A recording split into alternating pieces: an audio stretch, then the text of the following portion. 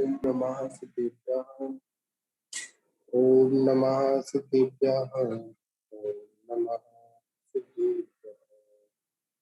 श्री वीतरागाय नमः। नमो अरिहंताय नमो सुखाय नमो आदिवीराय नमो वज्राय नमो साहु प्रयागराज भगवान की जय। महावीर भगवान की जय। परम पूज्य श्री आदि सागर जी महाराज की जय। आचार्य श्री महादेव जी महाराज की जय। आचार्य श्री विमल सागर जी की जय। परम पूज्य तपस्वी सम्राट को आचार्य श्री विश्वनाथ सरस्वती सागर जी महाराज की जय। परम पूज्य परंपराचार्य श्री विश्वनाथ सागर जी महाराज की जय।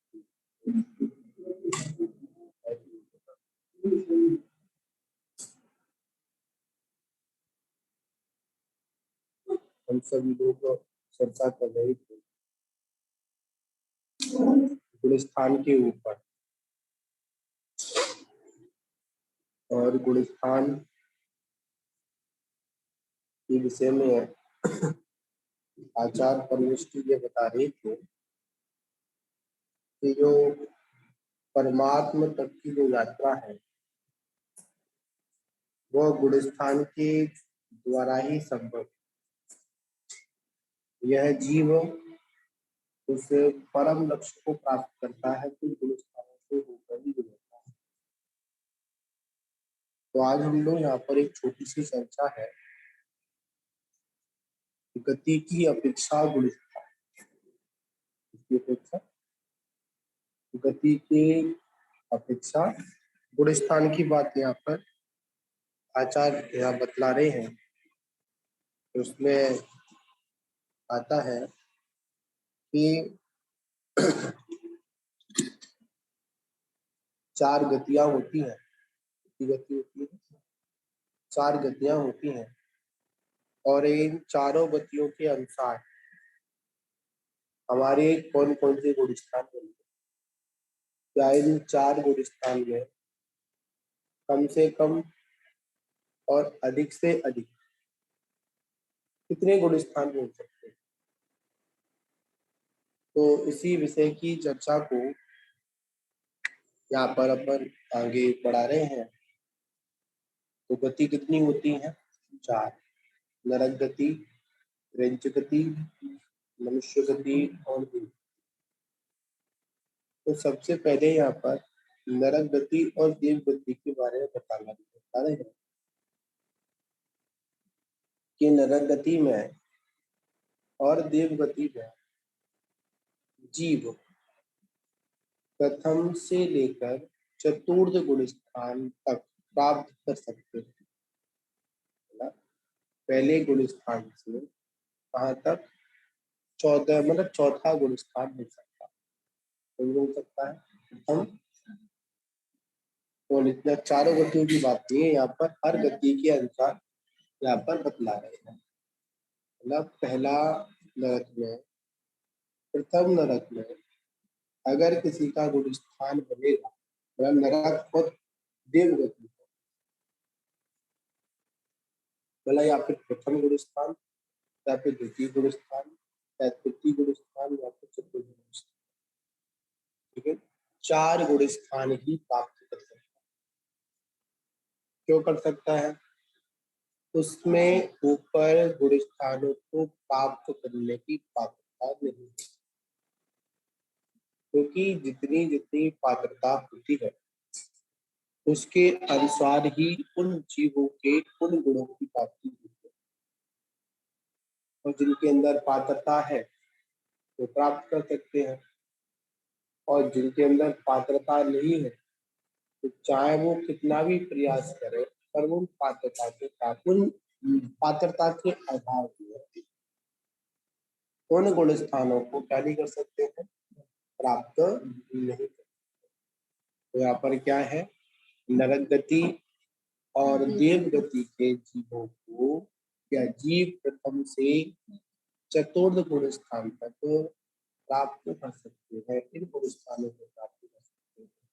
इससे अधिक गुण स्थानों को प्राप्त नहीं कर सकते। क्यों नहीं कर सकते? पात्रता ही नहीं है। अब पात्रता में क्या देखें, 5वें गुण स्थान क्यों नहीं बन सकते? संयम नहीं है, क्या नहीं है? उनके संयम का अभाव होता है, और वह संयम का अभाव होता है तो इसलिए वो गुण स्थान को प्राप्त ही नहीं कर सकते। ठीक है ना? तो यहाँ पर संयम के अभाव में, इसके नहीं, हाँ, संयम के अभाव में उनकी कौन सा गुण स्थान होता है? मतलब अव्रत सम्यक दृष्टि। कौन से हो सकते हैं? अव्रत सम्यक दृष्टि या जीव हो सकता है, क्योंकि ऐसी उस नरक आदि की व्यवस्था से ऐसी व्यवस्था उसके अंदर नहीं। अब इसके बाद अपन आगे की ओर चलते हैं, तो आगे की ओर चलेंगे तो उसमें आ जाता है कि त्रियंच गति में एक इंद्रिय से लेकर विकलत्र और असंगी पंचेंद्रिय जीवों के मात्र एकमात्र प्रथम गुण स्थान होता है। एकमात्र प्रथम गुण किस किस के? त्रियंच के एक इंद्रिय से लेकर विकलत्र, मतलब एक इंद्री, और विकलत्र में क्या आ जाएंगे? 2 इंद्री, 3 इंद्री और 4 ये आ जाएंगे। और इसमें पंचेंद्री है असंगी। ठीक है, पंचेंद्रिय में असंगी, इनके नियम से कौन सा गुण स्थान होगा? इनका मिथ्वात गुण स्थान है। कहीं पर भी लगा देना जहां पर और संगी पंचेंद्र की बात आए, तो वहां पर बिना मिले बिना पूछे बता देना कि इन जीवों के प्रथम गुण स्थान है। ठीक है, इसके बाद आता है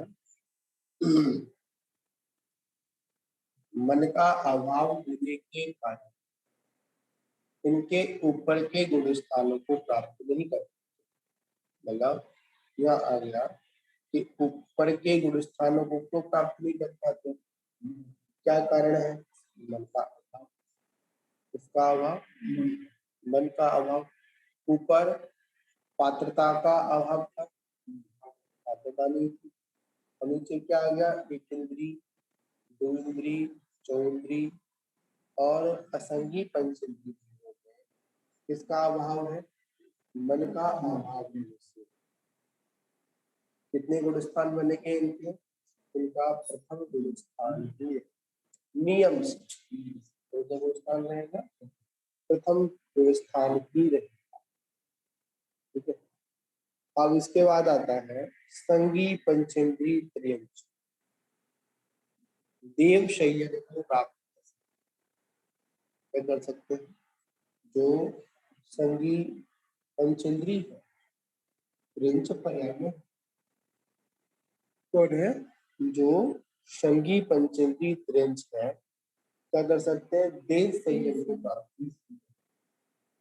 अब बताइए, अब जिस जीव ने देश संयम गुण स्थान को प्राप्त किया, उसको प्राप्त किया, जिस जीव ने देश संयम गुण स्थान को प्राप्त किया, तो बताओ उसके चौथा गुण स्थान होगा है? तो 5वें में ऐसी क्या विशेषता है? तो चौथा छूट जाएगा, चौथे का कुछ नहीं होगा।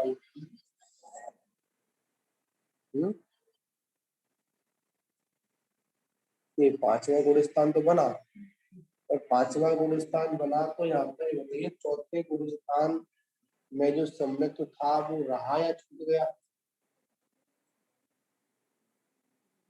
है? क्या होगा यहाँ पर? सम्यक्त्व सा क्या स्वीकार किया? संयम को स्वीकार।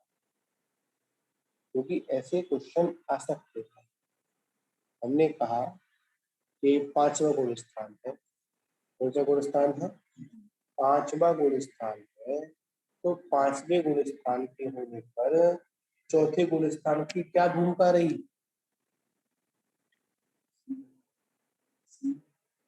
तो यहाँ पर ये लगेगा चौथे गुण स्थान से ऊपर जितने भी गुण स्थान है वो सभी सम्मिश्र के साथ ही है। इसके साथ है सम्मिश्र के साथ, अलग से इनकी विवेचना नहीं करनी, उसी के साथ चलिए।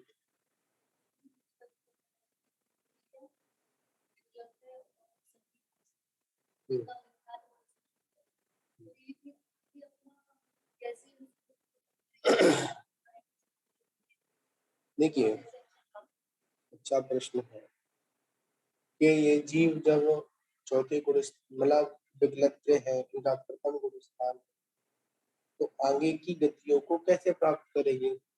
संयम को कैसे प्राप्त करेंगे? आगे की पात्रता कैसे बढ़ेगी? तो उसका सीधा सीधा उपाय ये है कि जब केवली, शुद्ध केवली या तीर्थंकर आदि का कोई ऐसा कोई कल्याणक होता है जो आत्मा के प्रदेश को बनते हैं, या फिर भद्र परिणाम, ऐसा नहीं है कि मिथ्या दृष्टि के परिणाम नहीं बनते, भद्र परिणाम बन जाते हैं, पर ऐसा कोई संयोग मिल जाता है जिस संयोग के माध्यम से वह अपने उस पर्याय का छेदन कर लेता है, और छेदन करने के बाद वो आगे की मतलब द्वितीय और ये आगे की श्रेणियों को प्राप्त हो जाता है, ऐसा भी वर्णन आता है। वहां पर जाति स्मरण से मतलब नहीं लेंगे अपन, वहाँ ये है कि पहली बात तो मिथ्वाद गुण स्थान में इतनी समझ नहीं होती, अपन समझ कि अपन सभी लोग अज्ञान अवस्था में भ्रमण कर क्या कर रहे हैं, अज्ञान अवस्था में भ्रमण कर रहे हैं।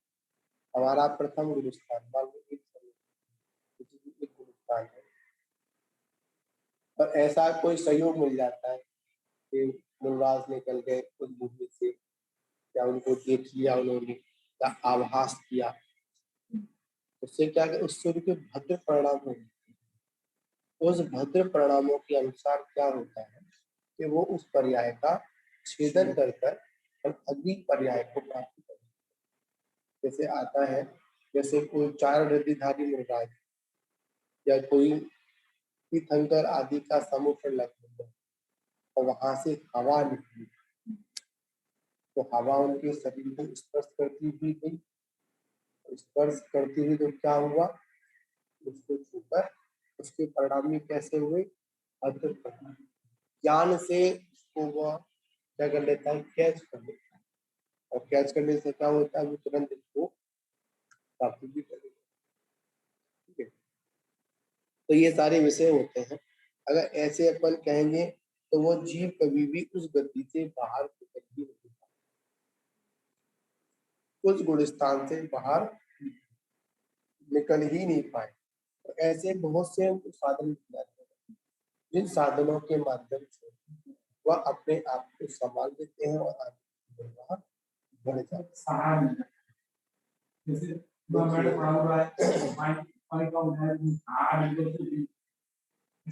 देखिए, जितनी भी जो मोक्ष मार्ग उसमें सिर्फ सहारे ही मिलते हैं।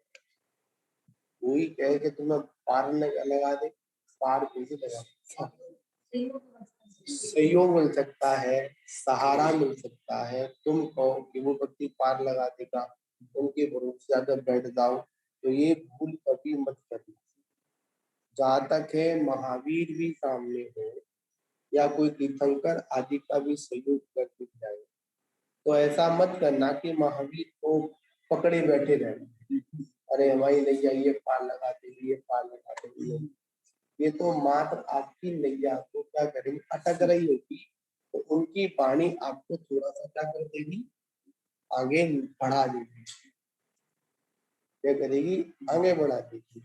और उसके बाद में बढ़ाने के बाद जिम्मेदारी किसकी होगी,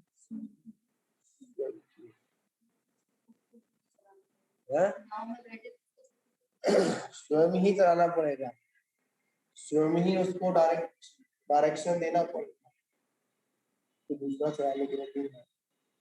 हाँ ये है कि जहाँ फंसेगी वहां पर उनकी स्मरण से हमको उस तरह का ज्ञान प्राप्त हो जाएगा। उन्होंने कैसे निकाली थी, हम कैसे निकाले, तो ये सारी चीजें उनके अनुभव से, अपने अनुभव को जोड़कर हम पार लगा सकते हैं और लगती भी है। और हम ये कहें कि नहीं उनसे सब कुछ हो जाएगा, उनसे सब कुछ हो जाएगा, पर ऐसा नहीं।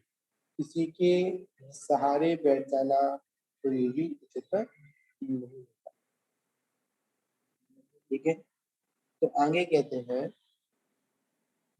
संगी पंचेंद्रिय प्रियंच तेज संयम को प्राप्त कर सकते हैं।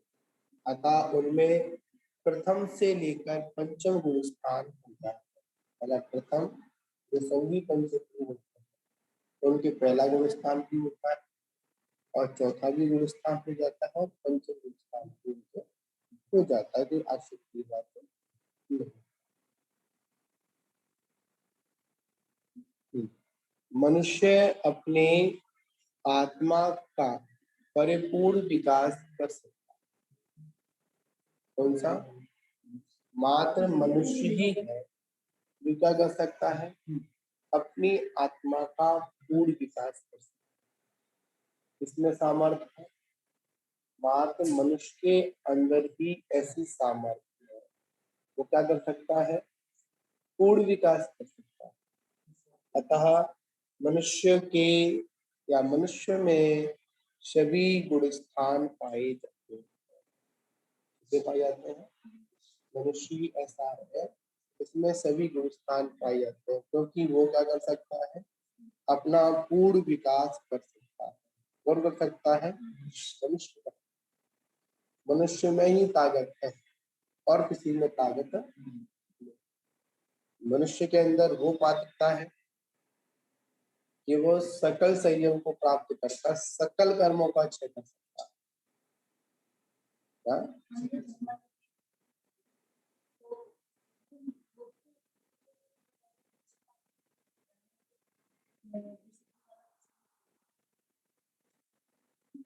कभी अकाम विचरा करे भवनत्र में सुर उत्पन्न करे।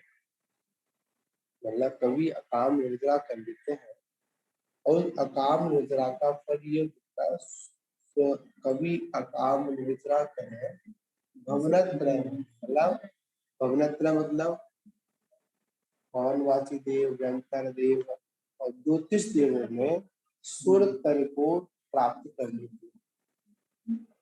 ठीक है, अभी विचार करने वाली एक मिथ्वार्थ का, एक मिथ्वार्थ के प्रभाव में की गई चर्या या मिथ्वार्थ के संयोग से की गई चर्या जब भवनत्र लागू और अगर सम्यक पूर्वक अगर आराधना कर दी जाए और अगर वो मोक्ष की प्राप्ति करा दे तो इसमें कोई आश्चर्य की बात। अगर हम और देखा जाए मिथ्या दृष्टि मिथ्यात अवस्था में जब व्रत आदियों को पालन किया जाता है तो उसकी दृष्टि अपने व्रतों को पालन करने की होती है। मिथ्यात के सहयोग में उसकी दृष्टि कैसी होती है,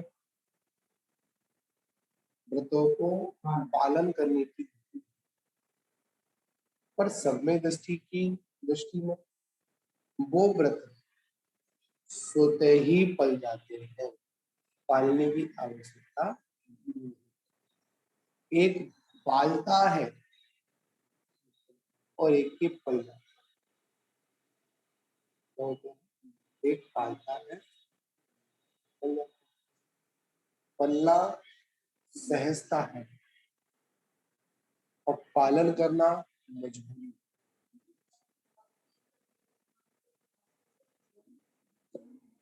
है। क्या बोला? हाँ, देखिए ऐसा नहीं है, मोक्ष की प्राप्ति जैन धर्म से देखेंगे तो अपन लोग ये तर्क दे सकते हैं कि मोक्ष प्राप्ति जैन से होती है। यहाँ पर अन्य धर्मों का ना खंडन किया। तो यहाँ पर यह है कि मोक्ष की प्राप्ति जब भी किसी जीव को होगी तो अपने निज पुरुषार्थ की बनता है। यहाँ पर जैन शब्द आदि से कोई मतलब नहीं।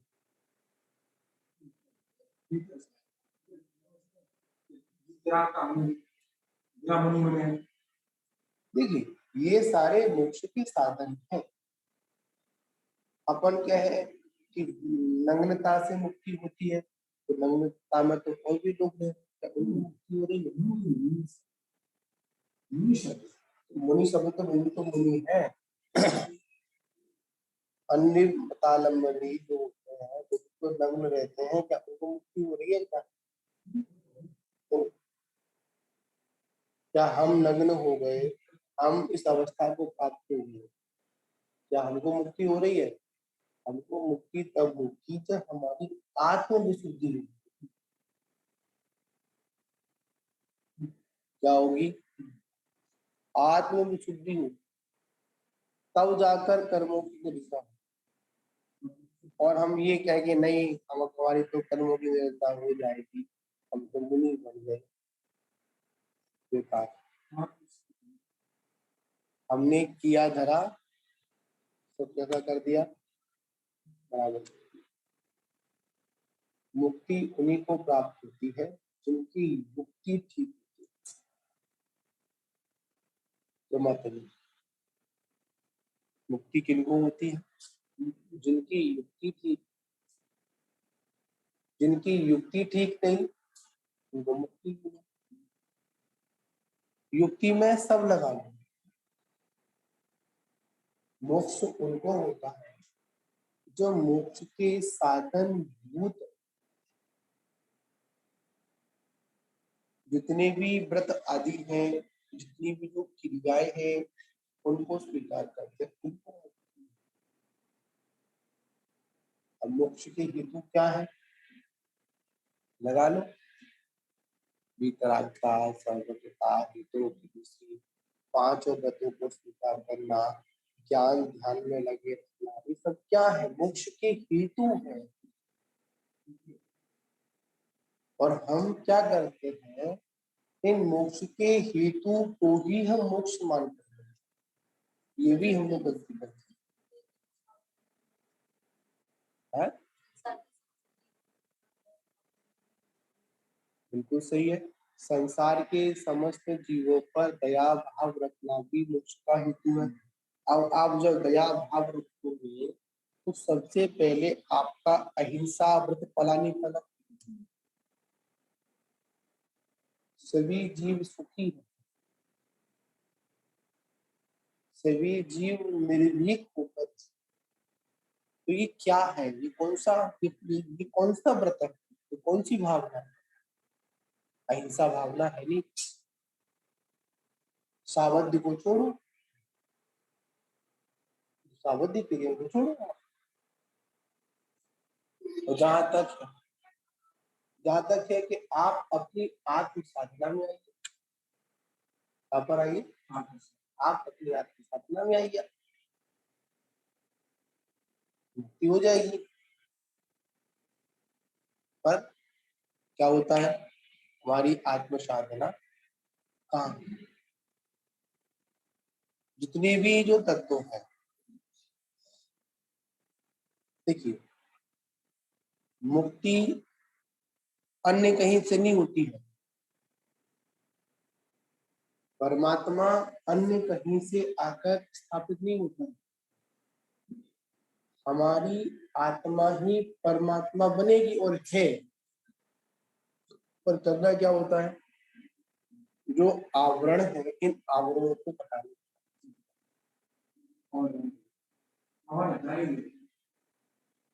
शिल्पी मूर्ति को अलग से उस पाषाण में स्थापित नहीं करता।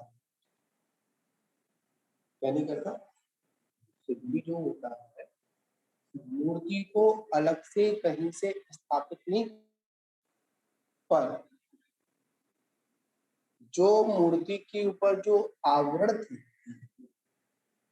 उन सभी आवरणों को हटाता जाता है, हटाता जाता है, हटाता जाता है। तो आगे चलकर क्या प्राप्त हो जाते हैं उसको? वही प्रतिमा प्रकट हो जाती है। क्या प्रकट हो जाती है? क्या प्रकट हो जाती है। तो प्रतिमा अन्य किसी स्थान से नहीं आई, प्रतिमा तो उसमें विद्यमान थी। और क्या किया? जो आवरण थे उन सारे आवरणों को निरावरण कर दिया, तो उसी प्रकार हमारी आत्मा भी परमात्मा स्वरूप है और परमात्मा रूपी ही है, ऐसा सिद्धांत पहले था। पहले उस शिल्पी को क्या होता है, ऐसा सिद्धांत होता है कि इस पाषाण से प्रतिमा निकल सकती। तो बनाते समय उसके संज्ञान में क्या रहता है, पाषाण या प्रतिमा? क्यों मास्टर जी? प्रतिमा रहती है। प्रतिमा की आकृति रहती है, तब जाकर वह उसके आवरण को सने सने हटाता है और आगे चलकर उसको वो प्रतिमा प्राप्त होती है। और अगर शिल्पी के मन में ये आ जाए ये पाषाण है, तो वो कितना भी उस पर छेनी हथौड़ा चलाए, वो पाषाण है, शिला है, तो शिला के अनुसार ही उसमें थोड़ा मोड़ी कर देगा। जो प्रतिमा होगी वो भी तो सबसे पहले हम क्या करें, क्या करें, क्या श्रद्धान होना चाहिए कि मैं भी परमात्म हूँ, ऐसा महसूस हो। इसे क्या कहते हैं, इसको सम्यक दर्शन क्या कहते हैं, अपने स्वरूप का यथार्थ श्रद्धान होना, जैसा है वैसा श्रद्धान होना, क्या कहलाता है, सम्यक दर्शन। ठीक, अब सम्यक दर्शन हो गया, अब सम्यक ज्ञान, अब उसकी जानकारी करनी होती है, कैसे क्या डिटेल उसकी। जो श्रद्धान किया था उस पर विशेष ज्ञान, विशेष ज्ञान, विशेष जानकारी, वो क्या कहलाएगा,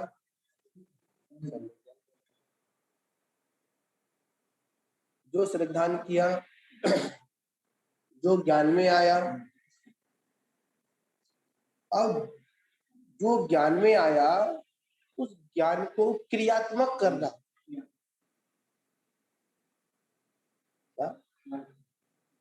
जो ज्ञान आया तो क्रियात्मक होना,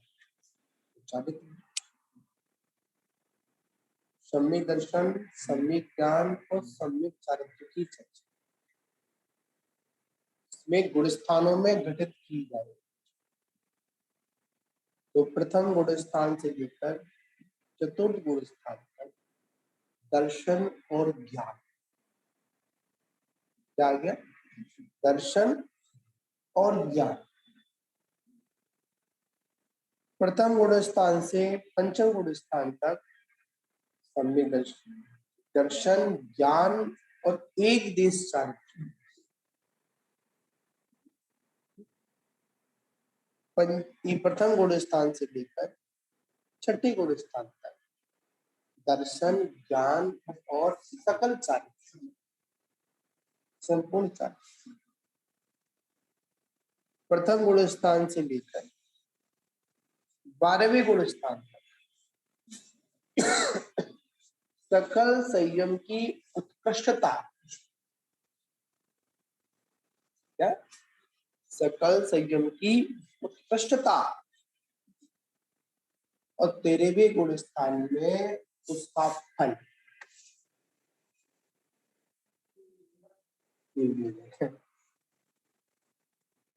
क्या?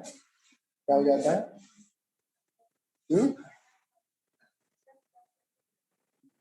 हाँ, बात यहाँ समझने वाली है, बड़ी मार्मिक बातें हैं। हाँ, उत्कृष्टता क्या? सकल संयम की उत्कृष्टता 12वें गुण स्थान में, और 13वें गुण स्थान में जो उत्कृष्टता थी उसका फल 13वें और 14वें। और उसके बाद में तो कुछ बताने को है ही नहीं, हम उसकी कल्पना किससे करें? हम, क्योंकि जब वहां पर गुण स्थान ही नहीं है, गुण स्थान अतीत व्यवस्था है, तो वहां पर हम इससे आगे और कुछ भी नहीं कह सकते।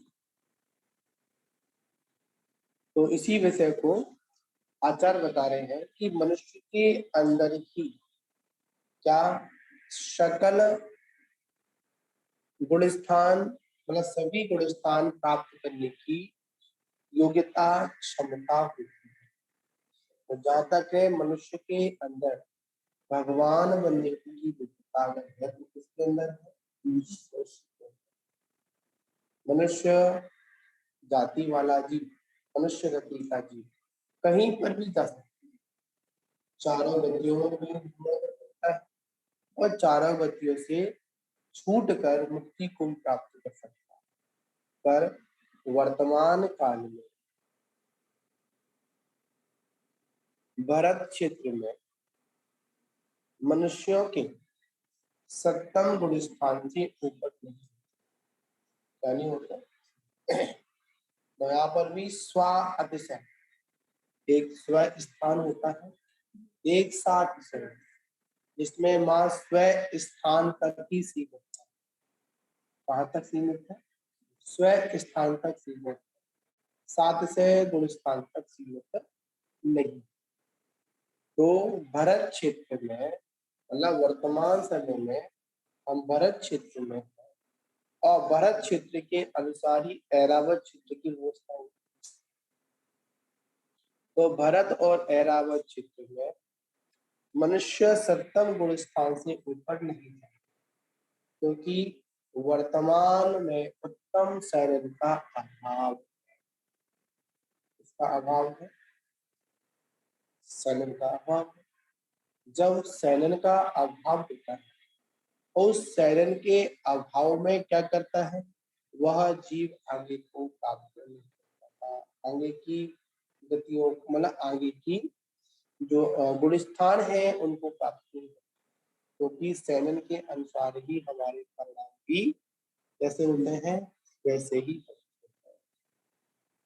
अगर अच्छे भावों को बनाना है तो पात्र भी कैसा होना चाहिए?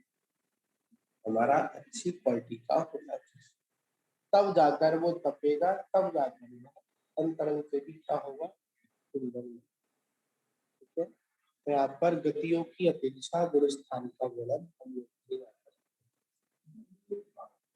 हाँ जी,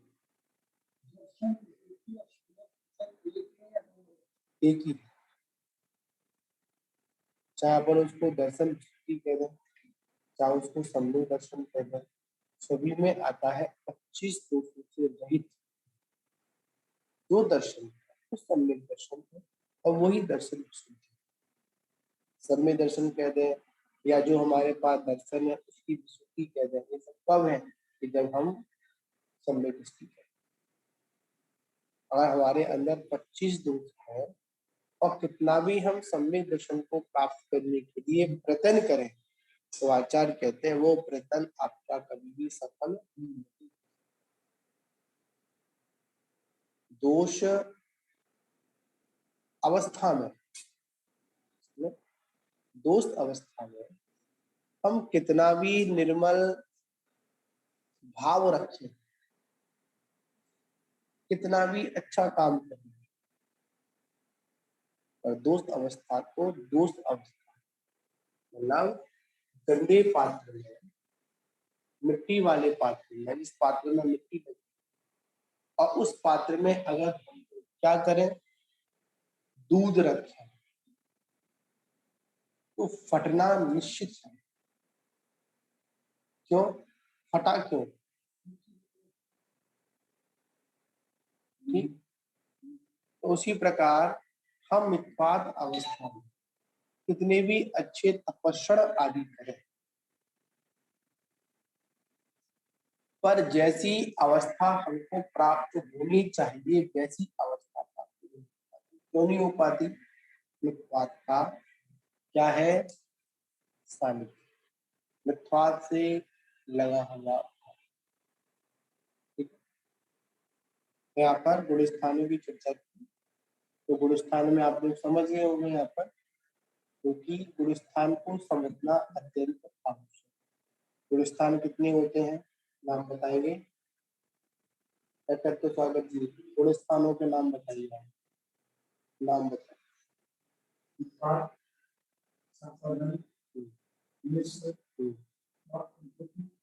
और संयोग और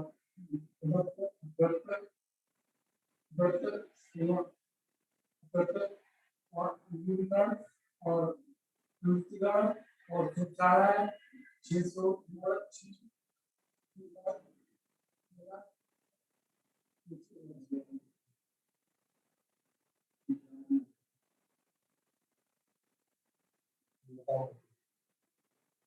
दायरे को समझ में।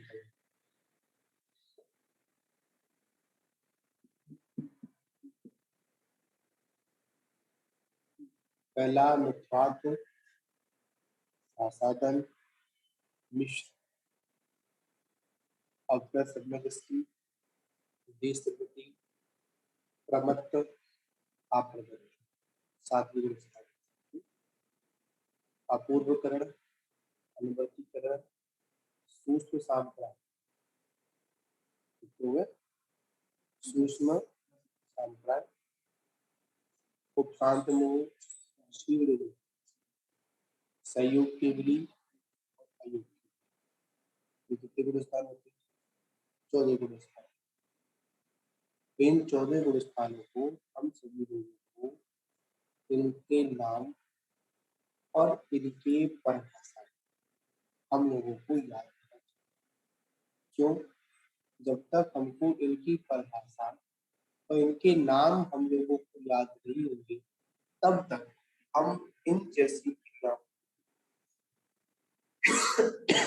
अपने जीवन की जो यात्रा है इन्हीं गुण स्थानों से हो जीवन की जो यात्रा है वो कहाँ से गुजरेगी? इन्हीं गुण स्थानों से होकर गुजरेंगे, तब जाकर अपन। और हमको अगर सही जानकारी नहीं होगी तो हमारा वो गुण स्थान बनेगा कैसे? जानकारी होना भी आवश्यक। जब तक जानकारी नहीं है तो हम कैसे पता लगाएंगे हमारा कौन सा गुण स्थान? अभी हमारे ये भाव आए हैं, तो इन भाव के आने से हमारा कौन सा गुण स्थान मिलेगा? ये भाव है तो हमारा कौन सा गुण स्थान है? तो इनकी परिभाषा और इनके नाम, और जहां तक है जैसा नाम वैसा इनका काम है। मिथ्वात, सासाधन, सासा संशय वाला स्थान, मिश्र मिला हुआ है। उसके बाद आता है अग्र संवेदस्ती, व्रत से रहित अवस्था। ठीक है, देश प्रति एक देश व्रत है। प्रमत्त, संयत मतलब प्रमाद सहित संयत, मतलब तीव्र मतलब प्रमाद कैसा है? प्रमाद है। अप्रमत्त प्रमाद है। अपूर्वकरण, एक गुण स्थान को प्राप्त करने के बाद ऐसे अपूर्वकरण, पूर्व में ऐसे कोई भाग नहीं। उसके बाद आता है अनवर्धीकरण, मतलब अनवर्त मतलब आवर्त। ठीक है। सूक्ष्म सांप्राय मतलब सूक्ष्म दशाएं होते हैं। उपशांत मोह मतलब मोह तो था उपशांत हो गया, छह नहीं हुआ। क्षीण कसाय तो क्या हुआ? कसाय क्षीण हो गया। संयोग केवली मतलब शरीर सहित केवली, उसके योग केवली। अयोग केवली जो योग विरोध होते हैं, इस सूक्ष्मता में छोटी छोटी परिभाषा, इन छोटी छोटी परिभाषाओं को क्या करना है, हम लोगों को समझना है। तो आज गुणस्थान की बात की और गति की अपेक्षासी गुणस्थान की बातें करनी चाहिए। आगे हम लोग जीव समास की बात, इसकी बात करेंगे। आज हमारा गुणस्थान का पूरा टॉपिक कंप्लीट हुआ, ठीक है ना। तो उसी के साथ महावीर